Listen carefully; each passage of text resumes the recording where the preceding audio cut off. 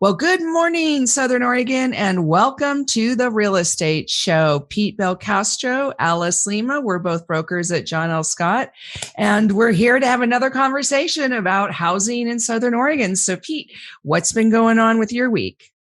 Well, spring break is here. You know that isn't that funny that schools haven't been really in session, but I guess spring break is coming up and things like that. So people are more out. I think it's certainly been more optimism out there, and sales last week in Jackson County averaged over $500,000. Wow.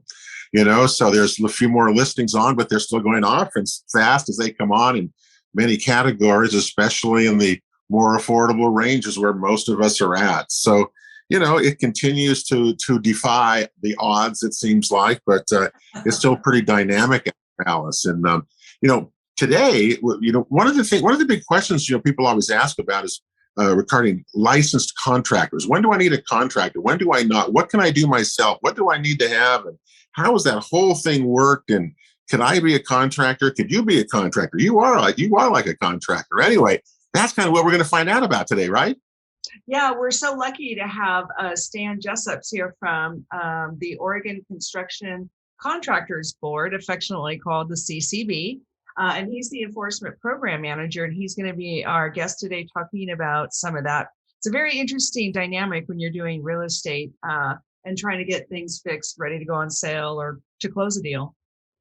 Well, the issues of contractors, of how to find people, how to find somebody when you don't know anybody. Where do you go find somebody at? How does it work? When do I need somebody? Who gets the permits? Do I need a permit? Enforcing that. Could you imagine trying to enforce all that in this state with some 40,000 some odd, contractors out there? Wow. And I bet most of those are men, wouldn't you think? Yes, and I should look that up because one of my dreams was to have a female construction crew. But yeah, and you know what else? Let's ask him about some of the pitfalls, like the more common pitfalls about what happens when you don't hire somebody. Okay, but also you can make a lot of money in this business if you are a licensed contractor. They charge a lot of money, as you know. They're busy, and so there are opportunities there also that we're going to find out about and how licensing plays into that. Well, and we need more of them. We want to make it sound like a good thing. We want people to do this. A lot more. Please, we need a lot please. More. Young skill labor. We really do need that. Absolutely. Especially since the fires. Well, we're going to be right back after a quick note from our sponsors. Today, we're brought to you by the Rogue Valley Association of Realtors, Guy Giles, Mutual of Omaha Mortgage, and also John L. Scott. Pete Belcastro and Alice Lima will be right back. Well, good morning, real estate fans. Alice Lima back here with Pete Belcastro. We're both brokers here in Southern Oregon with John L. Scott. And we're so excited to have our special guest today, Stan Jessup, who's joining us from the Oregon Construction Contractors Board, also known as the CCB. And Stan is the Enforcement Program Manager. Welcome, Stan. Thank you. Happy to be here. We so appreciate that. This is the fix it up time of year, and Pete and I have just a bevy of questions for you. But also, we kind of wanted to give you a minute and just maybe tell our listening audience what the CCB is and what you do for us. Sure. First of all, I'll tell you that I am a recovering real estate broker in Oregon. So, are you really? I am. I've been with the state for just over 20 years. I was in real estate for 7. And my job is to run the enforcement program. It's really encompasses 3 different things. We have field investigators that go to job sites and check for violations, check licenses, and so forth. And then we have the dispute resolution section that deals with disputes between contractors and homeowners. And then we have a compliance section that issues civil penalties when there are violations. So basically, we are a consumer protection agency. We're funded entirely by the contractors. So that's one of the reasons we can't take complaints of disputes between a non-licensed and a licensed and a homeowner. So that's in a nutshell what we do here. Well, and a very important part of our housing industry for sure. Not enough consumer protection. Now, there's some things that especially pertain to real estate. One of the things that I would point out to real estate professionals is that when, let's say you have a seller that needs to replace a roof on a house, we have to have a direct contractual relationship between the complainant and the respondent. So the seller hires a contractor to replace the roof. You need to write an addendum that says the roof was replaced by ABC roofing company for the benefit of the buyer, and name the buyer. If you do that, then if there's a problem with that roofing and they want to file a complaint, we can take it because you tied the work back to the buyer. Very important for real estate professionals to know. Yeah, that's an interesting piece of information. So you would actually add that on in your real estate transaction so the buyer has some rights after the sale. Yes, yeah. That creates the direct contractual relationship between the buyer and the contractor. Well, hi, Stan. I'm really curious as to how big is the contractor world in our state? People always say we're shortage of this and that, so I'm just curious as to what do you think around Oregon? Well, in 2007 was the peak, and we had 47,000 contractors in Oregon. When the economic crash happened, we dropped down to about 34,000, and currently we're just over 41,000. So we're not back to 2007 levels yet. That's interesting. And so tell people what the rules are. What are Oregon laws that pertaining to contracting? I mean, what do these folks have to do to get their contractor's license? I've heard all sorts of different stories. I've never taken it. I've heard it's really hard. It's really easy. Anybody can do it. Anybody can get one. So kind of what is that true, or what do you think? Well, basically everyone that does work on residential or commercial property needs to be licensed in Oregon. Oregon, however, does it's really a fairly easy license system. The license fee is in July, I think it's going to be $325 for 2 years. To get your license, you need a contractor's bond, insurance, and you pass a test. It's an open book test. You have to take 16 hours of training to be able to pass the test is really what they're teaching you. There are no skill tests like in some states. California, for example, has, I think, 60 plus different licenses. So for every trade, you would have to have. Whoops. Stan, we lost your audio. Got me now? There we go. Sorry. Can you just repeat? Sorry, folks, we're still working remotely. Can you say that last couple sentences again? Well, in Oregon, they don't test trade. So you don't do a trade qualification test. California, for example, has something like 60 different licenses. So if you're a framer, you test for framing. You're a roofer, you test for roofer, concrete, and so on and so forth. Oregon issues a general contractor's license. So you might be a carpet layer and you pass the contracting test. You can literally build anything. It's very loose. The test is not super difficult. Years ago, we had a home inspector test that had a very, very low passage rate. When they went through it and revised it, the passage rate's higher now. But there's an industry that has real estate professionals you're going to deal with quite a lot. Unfortunately, nobody can be an expert in everything. So, you put way too much reliance in home inspectors. I speak to the Home Inspectors Association annually, and I tell them, you've got the worst job anywhere because you're always going to be wrong. You always are going to miss something because something's hidden or something's inaccessible, and you can't be they're not licensed electricians normally. They're not licensed roofers or HVAC or any of that.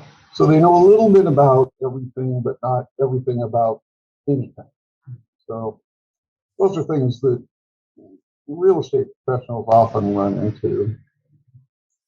Yeah. Well, I'm really curious. Are there any, since the state legislature is in session right now, is there any conversation about adding a skill test or some kind of hands-on skill training for the contractors in Oregon? Not that I'm aware of. That would be such a big change, and the history has been that the politicians really want us to be removing barriers, not adding barriers. So, it's a double-edged sword. We have a relatively small bond. I don't think it's big enough, but the legislature doesn't have, enough strength behind them with some of the lobby groups to be able to increase that bond. It's currently a residential bond is $20,000, and you can do a bathroom remodel and exceed that pretty quickly. You said it was 20,000? Yes, 20. So one of the problems we're having down here in Southern Oregon is we just don't have enough skilled labor. Pete and I talk about this all the time, and he's up in Klamath as well.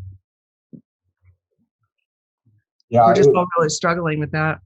What's funny is I talk to contractors all the time, and I'll get one that tells me, there's not enough work out there. Well, I don't know where they're at or what they're doing, but there's more work, and you can't get enough work as a contractor today. You're just sitting on the couch.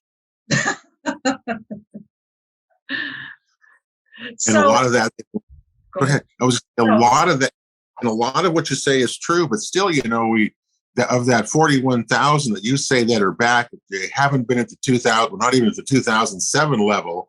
Then how in the world? I mean, in the way you describe the way the licenses are put out there, it's really you have to earn your reputation, isn't it, Alice? How do you find then someone, to do the work, the licensed, just a licensed contractor, and we trust them and we accept them, right? And the way we're going to go work with them, and we want them to do the good job, isn't it? That's the way it is. That's how it's supposed to work.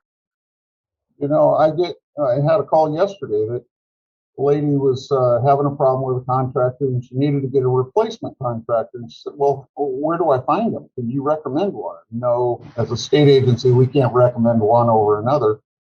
But what I told her is, you have a local building supply store, not a big box store, but a local lumber yard where all the contractors get their material. Go talk to them. They're going to tell you the good contractors and the ones that will help you. They're not going to recommend the fly-by-nights. Same with roofing. You don't just pick up the phone and start calling roofers. My suggestion is if you don't have someone that you're familiar with, you would contact the roofing supply company. They're going to tell you who's certified to put that roofing on. Roofing is a huge issue because usually we can only take a complaint from against a licensed contractor for 1 year. So if you discover you have a roof problem 2 years down the road, we can't take the complaint. But the biggest problem with roof complaints is you have a 30-year roof, but the 30 years is on materials. Even if the contractor gives you a 30-year labor warranty, they may be gone, but the manufacturer will first look at the roof, and if anything was installed incorrectly, they're going to say, not our problem. So you might have a 30-year roof material, but it's installed improperly, you have no warranty. So that's why I suggest you want a roofer that is certified, trained for that particular material, so they don't make any mistakes that cost you down the road. Is roofing one of the biggest complaints that you would receive in your capacity with the state stand or not? Roofing is usually a big one, but unfortunately, like I said, it's usually after the fact that we can do anything with. So very, very common problem. I'm 3 years in and I've got roof leaks. What can you do for me? I can't do anything with that because our Yeah. statute limits us at that 12 months. Alice, what do you think, is roofing one of the top things that can kill a deal do you think a lot of times in real estate?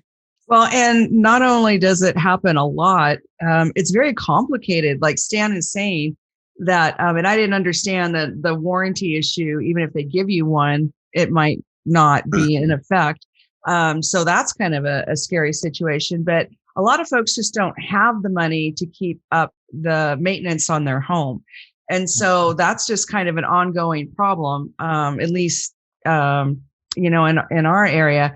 And then we have a little more severe winter than, they might in other parts of the country. And so things just wear out faster. And I just think it's hard on the homeowner. Plus, they just don't know. And that's why we're so lucky to have Stan on today. Yeah, normally if the roof's not leaking, nobody looks at it. Nobody cares. Yeah, and they probably should have it looked at every few years just for maintenance, right? Absolutely. I usually recommend that you have someone specifically inspect the roof, not a home inspector, but a roof inspector. And there's several of those around in most areas, and they're going to be a much better answer, a much more thorough inspection on what's going on with the roof. Well, that's great to know. So we've got a break coming up. We're here with Stan Jessup. He's with the Oregon Construction Contractors Board. And we want to thank our sponsor today, the Rogue Valley Association of Realtors. We appreciate them very much. Do not touch that dial. Pete and Alice will be right back. Well, welcome back to the Real Estate Show, folks. I'm Alice Lima here with my co-host, Pete Belcastro. We're both brokers at John L. Scott here in Southern Oregon. And we're having a really educational conversation with Stan Jessup. He's the Enforcement Program Manager at the Oregon Construction Contractors Board, also known as the CCB. And we all talk about the CCB a lot and licenses and this and that. And one of the questions we want to shop by, Stan, is what are some of the ideas of how to interview a contractor? You had mentioned before the break, maybe getting some referrals from local supply shops, but when you're talking to them on the phone, what kind of questions should you ask? Well, it's kind of like interview questions where if I'm going to give you a reference, I'm not going to give you a bad reference. So don't rely entirely on what the contractor says. Do some homework. Check them out. There's all kinds of online reviews and so forth. But you can call our office and we will go through that contractor's license. I hear from people hourly, really, that, well, this contractor was working for me and then I realized his license expired 2 years ago. Well, you need to do your due diligence. And part of that is if you can look up a license online at oregon.gov/CCB, or you can give us a call and we'll go through the license record. We'll check the enforcement history. We'll check the dispute resolution history and the license status. And you can do all that online, but if some people are not as computer savvy as others, and if they want to call, give us a call. Alice, have you ever used that? I'm sorry? Alice, have you ever used that?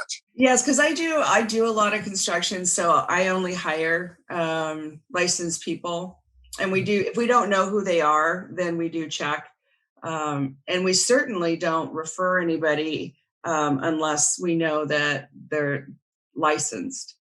Yeah, and we've gotten tricked a couple of times. We've had people say they're licensed and even give us a piece of letterhead, and then it turned out they weren't. So you can't even trust that. So a story that's pretty appropriate for your industry is in Central Oregon. There was a fellow, and I've had numerous conversations with him. He was advertising himself as a home inspector. He went around to all the real estate offices. Very charming fellow, very convincing. He's on our buyer beware page on our website, by the way. He's currently in jail because he has over $300,000 in fines from us. What he did is his name was Miller. I'm trying to think of his first name. but it doesn't really matter. What he did is went to our website, searched by name for Miller. Gregory Miller was his name. And he found another Gregory Miller who is a licensee. So he just used that number. The guy went through tried to take the home inspector test, failed it several times, and finally just gave up and said, well, I'll just use Greg Miller's CCB number. And nobody ever checked it. The reason there were $300,000 in fines is because once the story broke, all the realtors in the area came out of the woodwork saying, oh my God, I use this guy.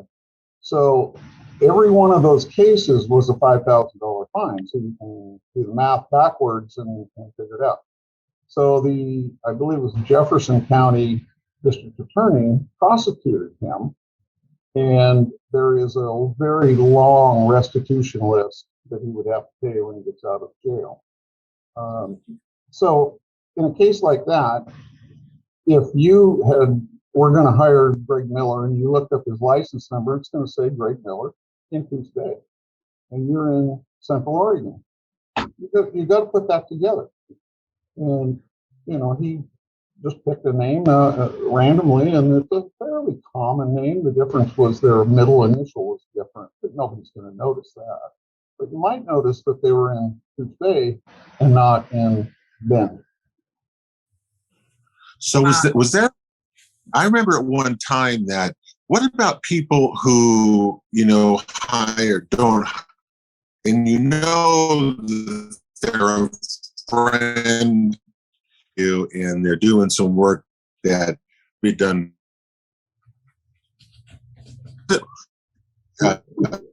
You're freezing up there. Around. Can you repeat the question? Yeah, Pete, we lost your audio. Pete. You remember that? We lost your audio there. Oh dear.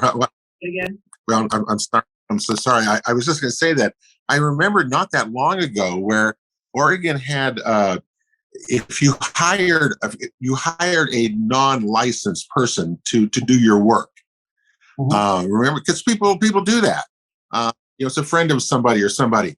But what happens didn't people drive around and checking licenses around from people around? I remember a story about that in the news. And that was a few years ago. Alice, do you remember that too? They would go around checking, because I had contractor friends.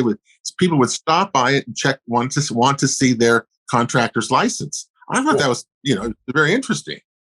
I have 10 field investigators. I actually have 12 positions, but they're 2 of them are vacant right now. But I have 10 stationed around the state, and that's all they do.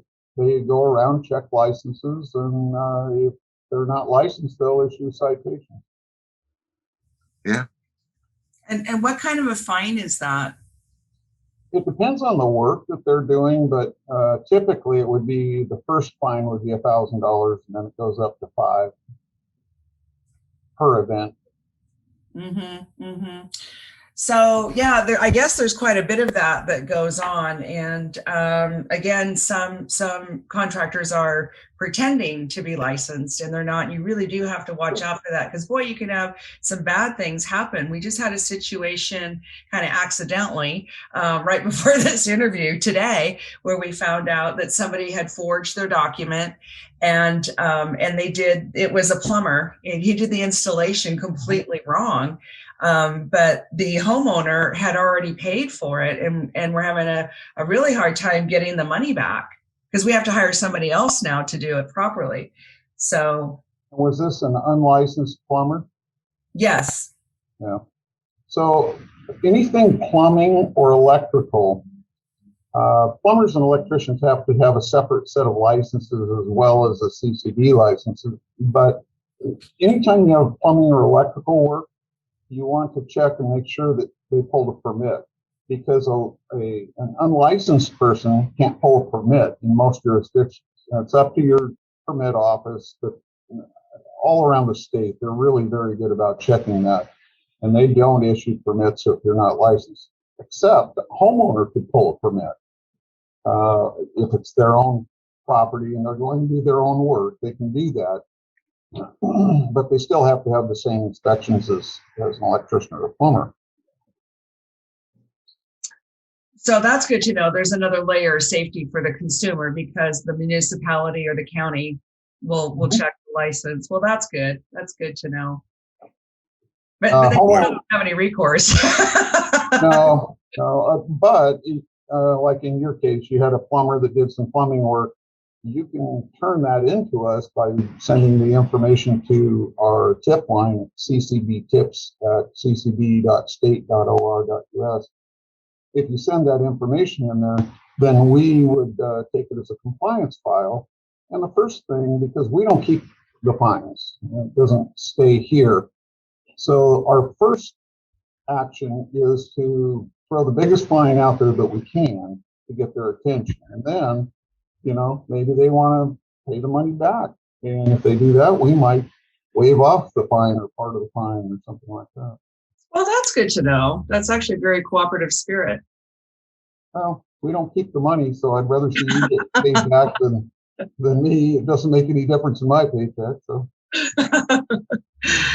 So one of the other questions we had was one of the situations we find ourselves in during real estate transactions is we just can't get the work done quickly enough. The few licensed people that we do have available are just so darn busy. And so we're just kind of wondering what the contractor board thoughts are on not only extending training, but perhaps maybe doing something more local, having more local representation of the CCB to kind of help spur along people getting their licensed and doing good work. That's one of the first things that the field investigators do is when they catch an unlicensed contractor, they'll give them the materials they need to know how to get a license. And sometimes there's people that just don't know they have to have a license. And certainly if they're going to go and get licensed right away, we're going to be pretty lenient with fines as long as there's no consumer damage. We have a field investigator in Roseburg, in Klamath Falls, in Central Oregon. They pretty well cover the area. They don't work out of the Salem office. They work in their own home. Oh, okay. So they're out there, and like I said, every day they're making those contacts and making sure people are licensed. I don't know that I want to remove any barriers that we have now and make it easier. I mean, it's really pretty easy to get a license. Mm-hmm. Mm-hmm. So why are we so short, though? We still talk about this. When we first started our show, I think, of course, the recession had already happened back in 2009. And I think here we are in 2021, and we still talk about the great shortage of skilled labor in the trades with which you regulate actually there. And certainly in contracting and plumbing and licenses, we hear people all the time saying there's nobody coming up behind us. Is that true in the I don't know what the average age, I guess, would be for a person holding a contractor's license in Oregon. Would be interesting to know, because that's something that unless schools are teaching this or something, we're not going to have people who can do this kind of skilled labor. And boy, they can make a lot of money. I mean, you hire contractors today, Alice. How much is it? $40 to $80 an hour? That's probably right in the range. That was before the fires. See, they're even getting more now. I mean, you can make a lot of money in this business. Gosh, and I worry about that, because you're right. Try to find someone to come in and do a licensed contractor to come in and do some home repairs or on addendum repairs. And I know everybody's in a hurry and this kind of stuff. And it just, it's tough to do because there's just not enough people. And I don't know, we've been talking about that this as long as I've been around, as long as you've been around, Alice. There's still no solution to that. It's not really gotten any better, has it? No, Is it? Oh, I'm sorry. Go ahead. There were several studies done about that right after the big recession. And the problem was that if people were run out of business during that period of time and they were older like me, they might just say, I'm just going to hang it up. And now, 10, 11, 12 years later, I'm too old to go back and do that. I don't want to do it anymore. And there aren't the trades bringing those younger people in. And some of them just don't want to do the physical labor. Or they can't. Yeah. Sure. So we've got a quick break coming up. We're talking here today with Stan Jessup, the Enforcement Program Manager of the Oregon Construction Contractors Board, also known as the CCB. Pete Belcastro and Alice Lima will be right back after a word from our sponsors, the Rogue Valley Association of Realtors. Do not touch that dial. Well, welcome back to the Real Estate Show, folks. I'm Alice Lima here with Pete Belcastro. We're both brokers at John L. Scott here in Southern Oregon, and we're interviewing today Stan Jessup. He is the Enforcement Program Manager of the Oregon Construction Contractors Board, also known as the CCB. And one of the things that Stan mentioned before the break was that homeowners can pull permits and also do their own work. But as Pete and I sometimes discover in a real estate transaction, the work isn't always done to snuff. So I'm just wondering what happens in that situation if the new buyer doesn't like the work the homeowner did. Well, when the homeowner, if they have to pull permits for anything structural, electrical, plumbing, anything like that, they can't do it with the intent to sell. So they have to sign off a waiver saying that they're doing this for their own benefit, but it would still have to be inspected. So it passed inspection. You don't really have a whole lot of recourse if you didn't like their work. I mean, you can negotiate that in the price of the property, I suppose. But some people do some pretty poor finish work too. The problem with permits is that the homeowner is required, is the responsible party. Let's put it that way. So even if your contractor says, I'll get the permit, that's all well and good. They should, simply because they know what kind of permit they need and so forth. But the homeowner should then check with the city or county and make sure that the permit was actually issued.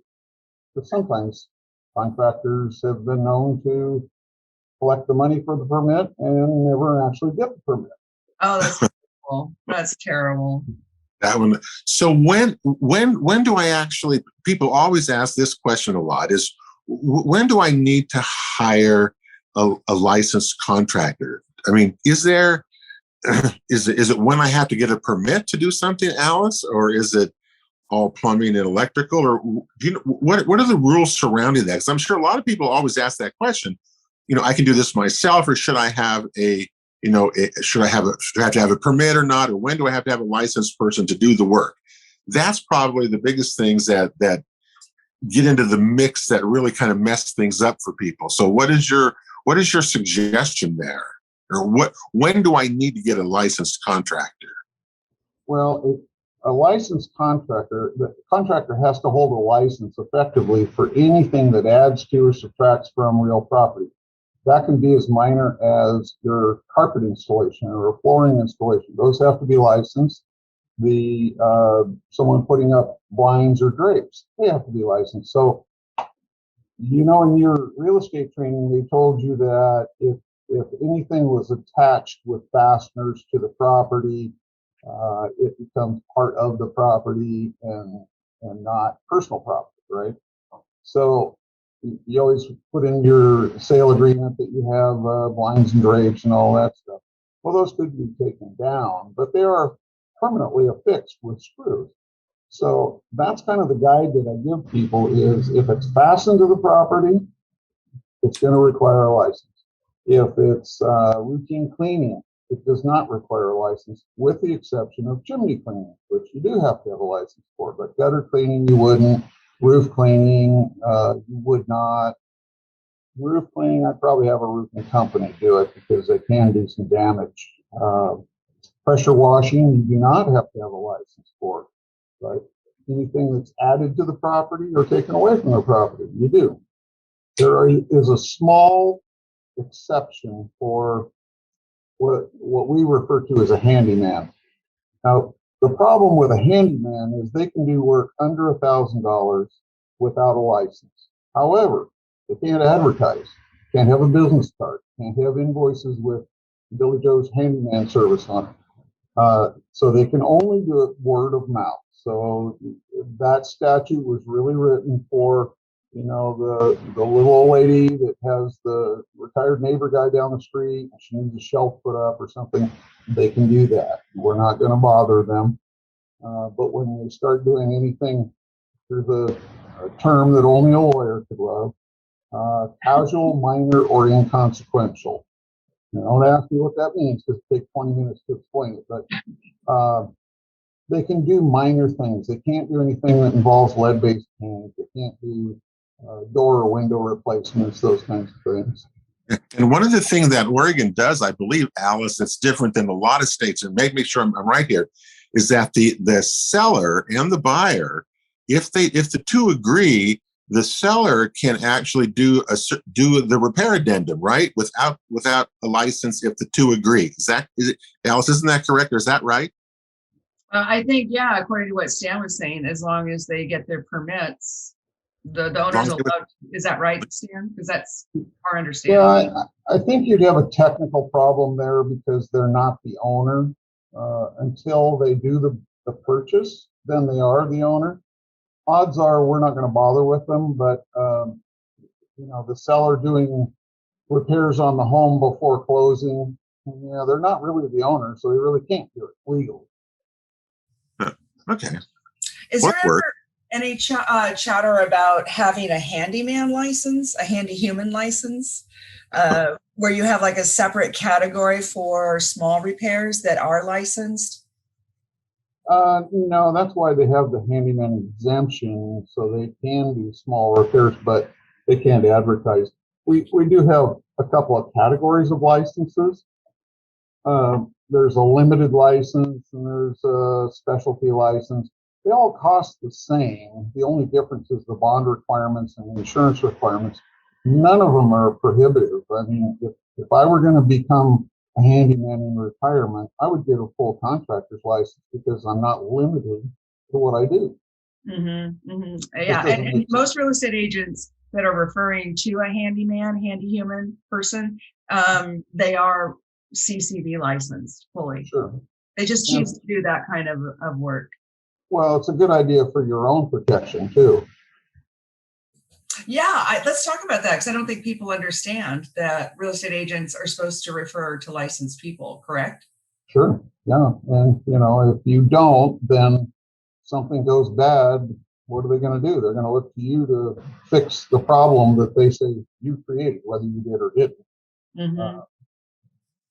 Everybody's watching for ways to stay away from excess liability when they can. And it just makes sense. Another area that you would run into commonly, do you ever put home warranties on properties? Mm-hmm. Yeah.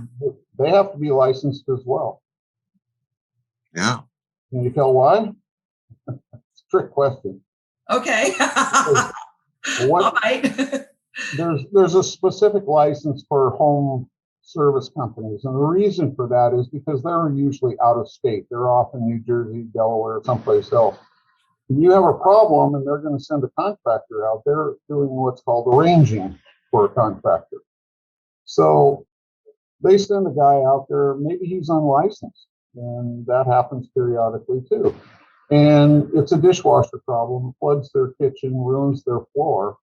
The consumer then has recourse with the home warranty company, not with the contractor that did the work, but the home warranty company. Without them being licensed, there is no recovery. Yeah. Wow, good to know. So always make sure when you include a home warranty, you check and make sure that company is actually licensed. Good point. Yep. When in doubt, all the time, be smart and get a licensed contractor to do those work. That's the bottom line. You want someone who knows what they're doing, and a licensed contractor is how you do it. So thank you so much. Appreciate it, Stan. We learned a lot today. We'll have to have you back on again soon. Thank you, Stan Jessups. This is Alice Lima and Pete Belcastro saying, have a beautiful Southern Oregon weekend. This episode will repeat tomorrow at 6 p.m. Have a beautiful day. Bye now.